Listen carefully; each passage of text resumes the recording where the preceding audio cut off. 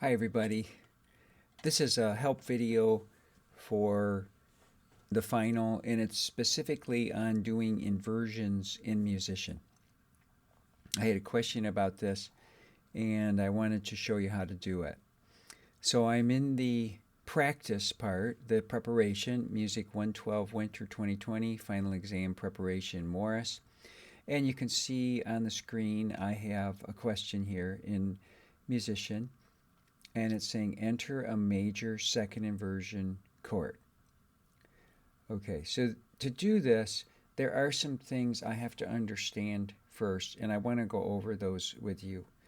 So I'm going to go into our Blackboard course, and I just want to show you a couple things. So in the online special area, right there, I have some things here, and you can see there are a number of videos, but also this section right here, class videos from Zoom. And what I did, I have all of the classes we've had online, and I tried to just write something about them so you'd know what was on them. All right, so the first thing you have to really understand are closed voice root position triads, which was the beginning of triads. That was on April 6th. That's where we started. So you have to have a clear understanding of the four qualities of triads: major, minor, diminished, and augmented. So if you need any help with that, I would go there. And then I did more of that work the next class.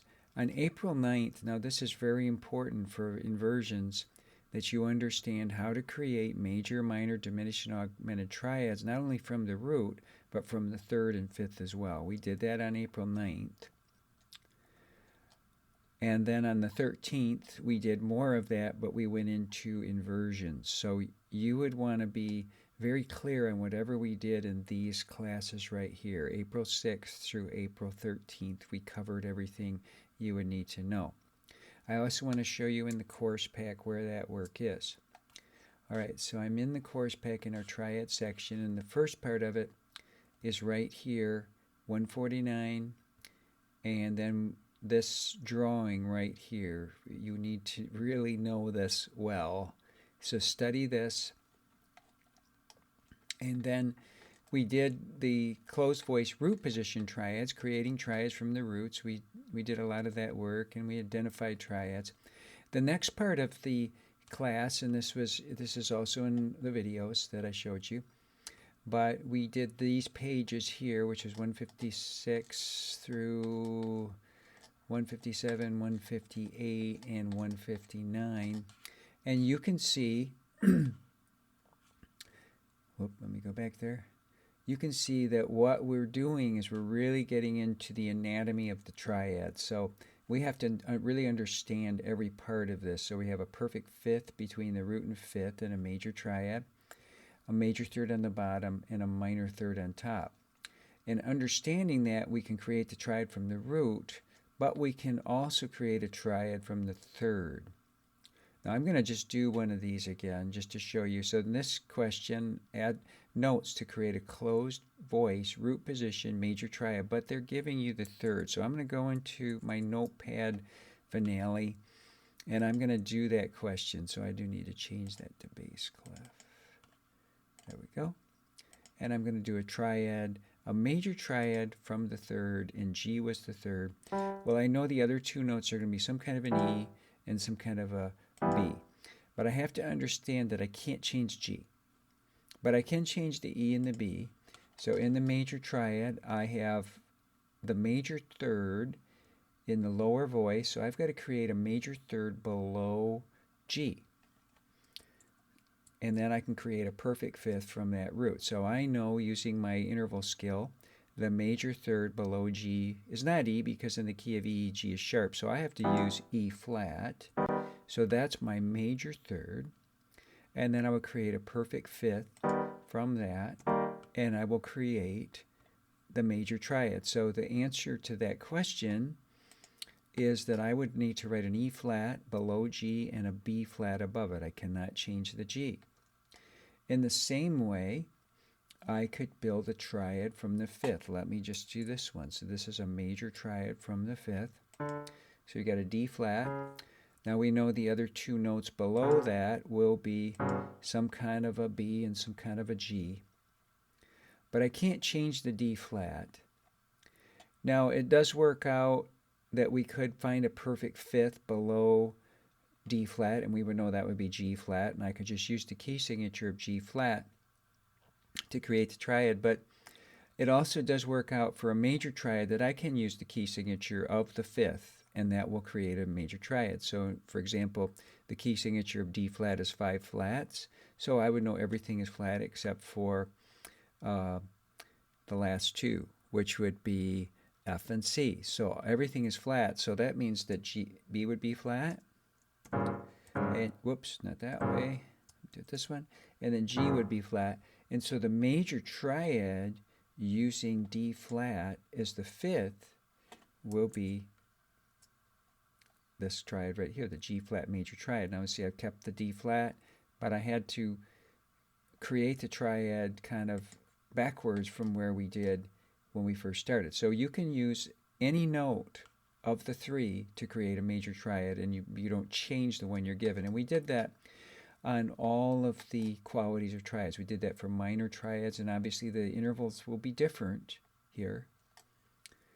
And you can't change the third, so I've got to create a minor third below that note, and then a perfect fifth above the root once I find that. A diminished triad, obviously we're going to have a diminished fifth and then 2 minor thirds, and we created the triads from those, the root third and fifth. And then the augmented triad, we have 2 major thirds with an augmented fifth between the root and fifth, and we created triads from the root third and fifth with augmented triads. This 12-note triad exercise, this is a fantastic skill that you will need. And what we did here, which this is where we started, I just created a major, minor, diminished, and augmented triads from B. And that's what we did first of all as the root. But then I created the major, minor, diminished, and augmented triads from B using B as the third. You can see I never changed B, but the other notes changed. And then I created major, minor, diminished, and augmented triads using B as the fifth. And same thing. So you can look at those, study that. You really need to know that. All right, and then the next thing we did were triad inversions, and those were right here. And to get that better, certainly I don't want to go through this again. Just watch the class. And all of these exercises, I would come back here into Blackboard and I would watch these videos. Okay, now I'm going to go to Musician, and I'm going to show you how this works. So back to the Musician program, we get this question: enter a major second inversion chord. Okay, so this is just like what I just did. What they're telling me is I need to create a major triad using B flat as the fifth, because I know in a second inversion triad, the fifth of the chord is going to be the lowest note. So what I'm going to do is I'm going to go to my scratch paper, and I do recommend you have some scratch paper on this. Let me just double check that note. So it's B flat and it's a major triad. So I'm going to do this. Here's my B flat. And I know the 2 notes below B flat are G and E. Whoops, get that E there. All right, so now, as I told you, you could use the key signature of the fifth to create the major triad, because that would give you when we think of say in the key of C, for example, if we use C, let me just make a C here. Let's say we're doing it from, let's say the C. All right, we're using C as the fifth. So I would create the major triad. I would create a third below it and a fifth below that. So there's my major triad. I started with C. The key signature of C, I get a minor third below it. So that would be A, and a perfect fifth below it, which would be F. That does create a major triad. So it's the same thing here. If I take the key signature of B flat, I get a minor third below the fifth, which is what I want, and the major triad, which is G. And the perfect, it's also an E flat, which would give me the perfect fifth. So that is the major triad that they're asking you to write. But you don't want to write it this way. You want to start with the fifth as the lower note, and then I'm going to enter the E flat here and the G above that. So I have the same 3 notes, exact same 3 notes, but I've started with the fifth. So that's what I'm going to enter in Musician, E flat and G. So grab the E flat, and I'll put the G on. So it's a major second inversion chord. Oh, we got it right. Okay, let me see. Okay, here's a minor first inversion chord. Great, we got another one. So here, they're giving you the third, because we know in a first inversion chord, the third is going to be the lowest note. So I'm going to go back over to my scratch paper. I'm going to change back to treble clef. Okay. So again, let me just double check that note. So it was an A. It was a minor first inversion chord. Okay, so I'm going to take the A, and I know I'm going to have an F and a C. Now in the minor triad, I do have a minor third in the lowest position, and if I use the key signature of F, I know A is natural, so that's a major third. So I need to make that a half step smaller. Whoops, go the other way. All right, so that's going to be a half step smaller because I brought that note closer.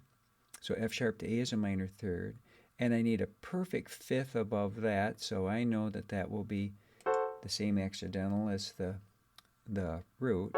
So now I've got A, F sharp, A, C sharp, but I'm not going to enter it that way. I'm going to enter this way, where I enter A, C sharp, and put the F sharp up here, because in first inversion, I want the A, the third of the chord, in the lower position. So now I'm going to go ahead and just enter it here, a minor first inversion chord, and there it is. Voila. All right, now you can use the same thinking on here. What chord is this? I could just think I need to respell this as a root position closed voice triad, so it will be C, E flat, G, and then I would know that that's a minor triad. So that's in first inversion because the third is in the bass. So I'm just going to click on that note, or that one, minor first inversion, and we should be good. Whoa, we're good. Okay, let's do one more. Enter a minor first inversion chord. So we've got a G flat. All right, that's a good one. So I've got a G flat, and we know first inversion, I'm starting with the third, so I'm going to put an E and a B there. So that's going to be my notes of my closed voice triad, root position triad. But now I need to think of a minor third. Well, I know the E, in the key of E, G is sharp. So E to G would be a minor third. So it would have to be E flat, wouldn't it? There we go. And then I know that a perfect fifth above E flat is B flat. So the minor triad will be E flat, G flat, B flat. But again, I'm going to start with the G flat, and then the B flat, and then I'll put the E flat above that. And that's what I'm going to enter in Musician. So I'm going to go back over, and I'm going to put a B flat, and then an E flat. And that should be my minor first inversion chord. There we go. Okay, so I think that's enough for this. Please watch those videos if you need more help than this gives you. Thank you for watching.